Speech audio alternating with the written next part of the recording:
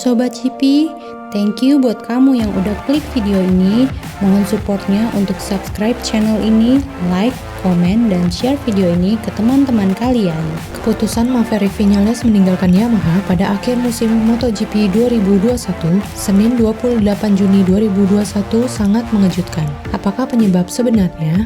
Maverick Viñales dan Yamaha resmi memutuskan kontrak kerjasama yang seharusnya baru habis pada akhir MotoGP 2022. Setelah 5 tahun, kedua pihak berpisah berdasarkan atas keputusan bersama dengan tidak mempermasalahkan soal kontrak. Banyak yang berasumsi Viñales sudah tidak lagi merasa nyaman di pabrikan Yamaha. Ia pun dengan bulat memutuskan pergi pada akhir musim 2021. Sekaligus harus merelakan tidak akan lagi menerima gajinya yang mencapai 8,5 juta euro per musim atau setara 146,7 miliar rupiah, kedua tertinggi di MotoGP. Viñales bergabung dengan tim pabrikan Yamaha pada 2017. Setelah menjalani 2 musim yang impresif bersama tim pabrikan Suzuki X-Star. Saat itu, Viñales didatangkan untuk menggantikan Jorge Lorenzo yang hengkang ke Ducati. Kali pertama turun dengan Yamaha YZR M1, Viñales langsung mampu menang di GP Qatar, lomba perdana MotoGP 2017. Torehan itu membuat Viñales menjadi pembalap pertama Yamaha yang mampu menang pada lomba perdana setelah Valentino Rossi pada 2004. Saat itu, Viñales juga menjadi pembalap pertama setelah Casey Stoner pada 2011 yang langsung mampu menang dalam tim dan pabrikan baru. Viñales akhirnya mengakhiri MotoGP 2017 dengan berada di P3 usai merebut 230 poin atau 22 poin lebih banyak dibanding rekan setimnya Rossi. Setelah finish P4 di klasemen akhir MotoGP 2018, Viñales kembali bertengger di posisi ketiga pada 2019. Hubungan Viñales dengan Yamaha diperkirakan mulai memburuk saat ia mulai merasa tidak nyaman dengan lingkungan kerjanya, utamanya dengan performa motor dan tim di sekitarnya. Hal tersebut ditandai dengan seringnya Viñales mengganti kepala kru. Saat awal bergabung dengan Yamaha 2017, ia didampingi Ramon Forcada yang mantan kepala mekanik Jorge Lorenzo. Setahun kemudian, tepatnya Agustus 2018, Viñales memutuskan kerjasama dengan Forcada untuk memberikan tempat kepada Esteban Garcia, pria yang membawanya juara dunia Moto3 2013, sekaligus sahabatnya itu mulai menangani Viñales sejak MotoGP 2019. Awal bulan ini, Viñales menendang Garcia dan menggantikannya dengan Silvano Galbusera, mantan kepala mekanik Valentino Rossi. Kerusakan mesin bertubi-tubi yang dialami Yamaha pada MotoGP 2020 hingga mengakibatkan pengurangan poin bagi Monster Energy Yamaha MotoGP dan Petronas Yamaha SRT di klasemen konstruktor juga mengundang kritik keras dari Viñales. Sulit untuk menilai apa yang sebenarnya mengubah kondisi paddock Viñales dalam beberapa bulan terakhir yang membuatnya sangat tidak nyaman. Ada yang menilai, Viñales bukan tipe pembalap yang mampu mengatasi masalah, utamanya pada motor.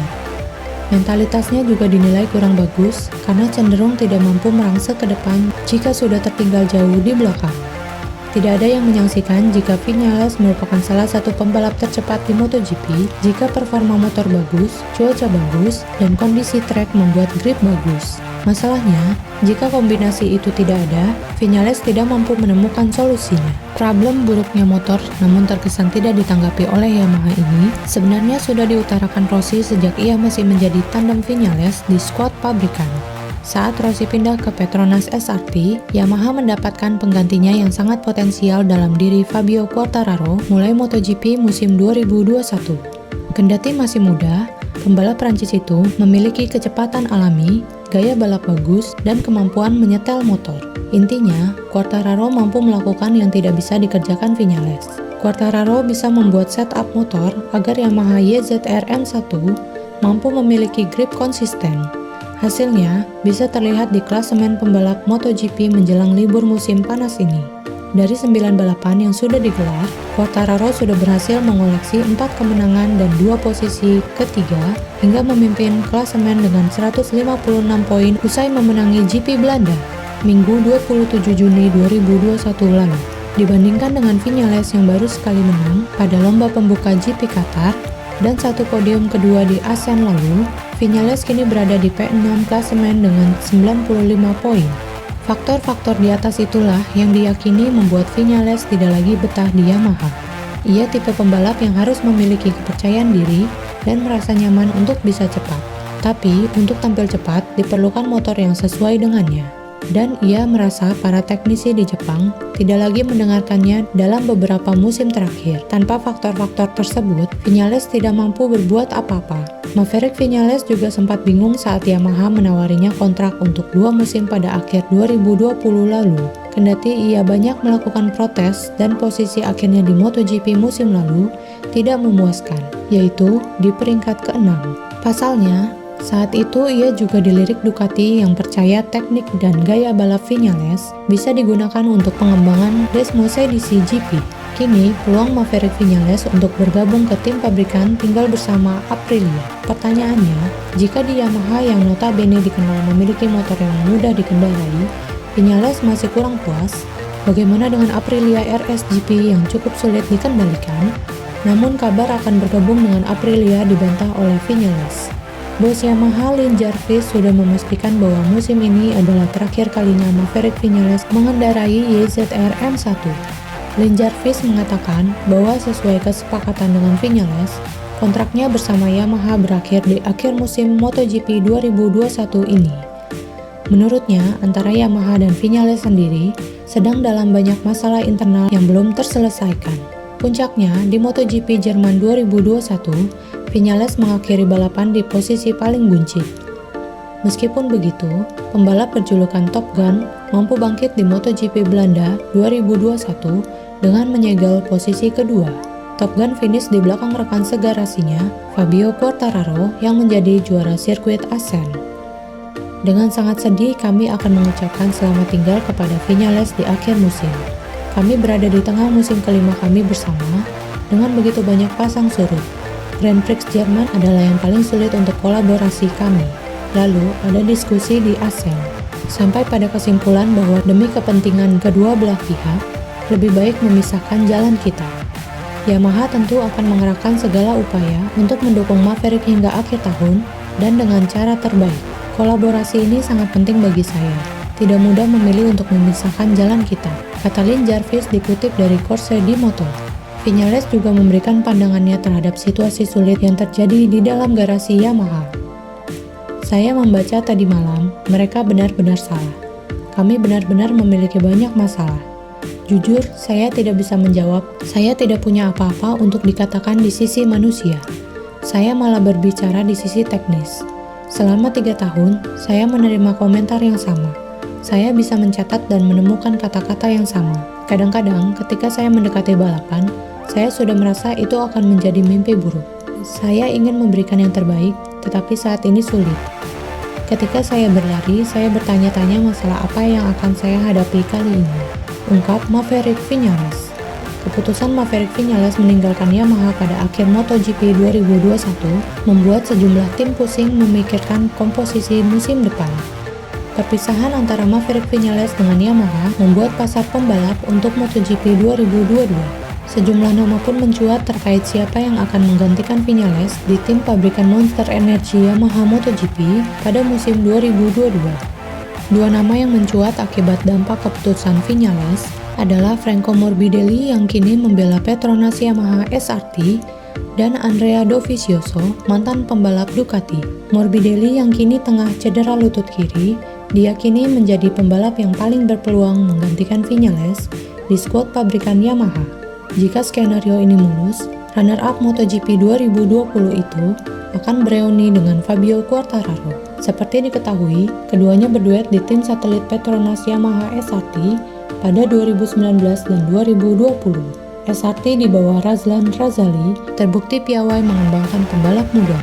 Namun, kabar dari Viñales ini justru membuat mereka bakal kalang kabut. Valentino Rossi yang baru musim ini turun bersama mereka diyakini akan mundur karena usia. Rossi sangat mungkin menangani timnya, Aramco Racing Team VR46, yang akan debut di MotoGP 2022. Bila juara dunia 9 kali itu benar-benar mundur dan Morbidelli ditarik tim pabrikan, tentunya jika Yamaha membayar klausul pelepasan pembalap Italia itu, maka 2 posisi di SRT akan kosong. Andrea Dovizioso sempat semusim membela tim satelit Yamaha di MotoGP pada 2012, monster Yamaha Tech3. Namun, peluang untuk kembali memperkuat Yamaha sepertinya kecil karena baik tim pabrikan maupun Petronas SRT lebih menyukai pembalap berusia muda. Pilihan realistis bagi Razali dan SRT adalah mempromosikan kedua pembalap mereka di Moto2. Tetapi, rasanya saat ini Xavi Wiertz maupun Jack Dixon belum siap untuk bersaing di MotoGP. Sejumlah pembalap top Moto2 juga masih terikat kontrak dengan tim masing-masing. SRT sejatinya bisa melihat salah satu pembalap Tech3 KTM Factory Racing. Setelah menggait Remy Gardner dan Raul Fernandez dari Moto2 untuk MotoGP 2022, otomatis Danilo Petrucci dan Iker Lecuona bakal terdepak. Tetapi, rasanya sulit bagi Petrucci ataupun Lecuona menyesuaikan konsep yang selama ini diusung SRT. Opsi SRT berikutnya mungkin menarik pembalap dari kejuaraan dunia Superbike atau WSBK.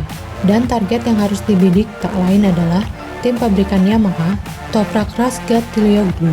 Pria asal Turki itu tipe pembalap yang fokus namun cepat menanggapi kritik terkait kesalahan yang dibuatnya.